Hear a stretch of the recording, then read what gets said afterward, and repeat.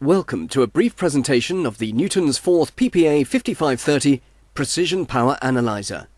Here we will demonstrate a range of power measurements on a variable speed inverter drive and illustrate solutions to some typical problems associated with this application.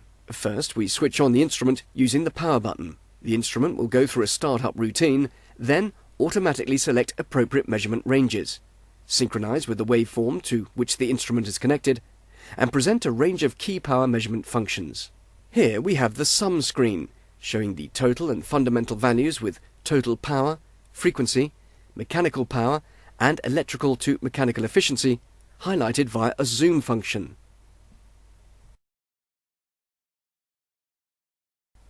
While we're looking at the screen, we can illustrate use of the zoom function to increase or reduce the size of chosen measurement functions. Selection of the zoom functions is achieved by pressing the zoom minus button to minimize the character size, and then pressing the zoom plus button once will add boxes around the zoom items presently selected. The cursor keys can be used to choose any four functions we wish to highlight, for example watts, volts, amps and frequency, which are typical selections when making power measurements. Once zoom functions have been selected, we can then go to any phase that we want to monitor by pressing the next button. Pressing the next key again takes us from the sum values to all three phases displayed simultaneously. Here we can see the total power, volts, current and frequency, plus all of the main power parameters, including at the bottom of the display, phase-to-phase voltage from direct star to delta conversion. PWM applications involve complex waveforms, and this can be seen if we select the scope mode. Here we can see the voltage waveforms for all three phases of the drive that we have connected. By pressing next, we see the current waveform with a sinusoidal fundamental component and a large amount of noise.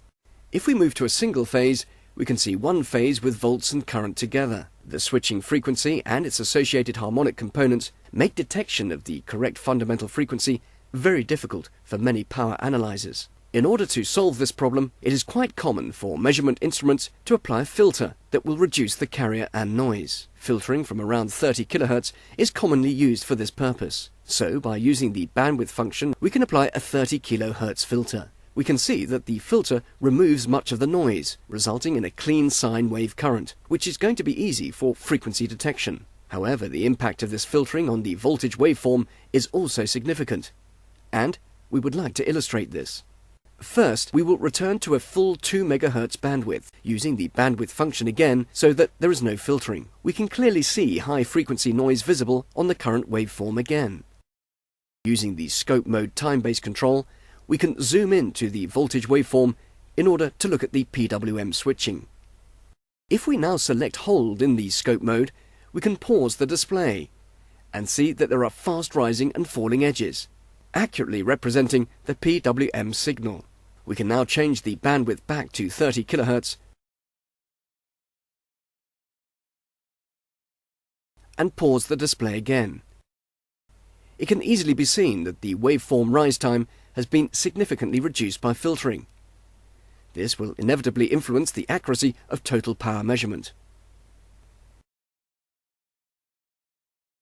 We can illustrate this in more detail by looking at the voltage and the power screen while we are still in low bandwidth. Here you can see that while we are still in low bandwidth, we have a nominal 120 volts phase to neutral.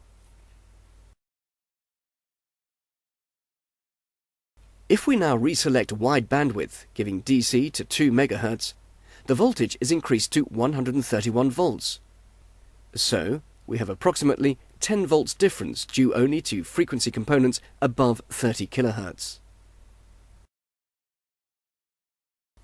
Since switching frequency components are present in both the voltage and current signals, it is clear that filtering will reduce the accuracy of wideband measurements. Staying in wideband, we can now illustrate the ability of the PPA to synchronize with the fundamental frequency with no problem, while maintaining the high frequency noise we have seen with an unfiltered input. We do this simply by changing the drive frequency, which you can now see increasing as the drive speed is changed. Now we start a data log, which enables any selected zoom functions to be stored directly to internal memory or to an external USB. Here we can see all of the 4 measurements that we selected with the zoom function being logged directly into the instrument at the selected data log update speed. If we go to the graph, we can see the change as I reduce the frequency and then increase the frequency again. And we have real-time monitoring with no break in measurement.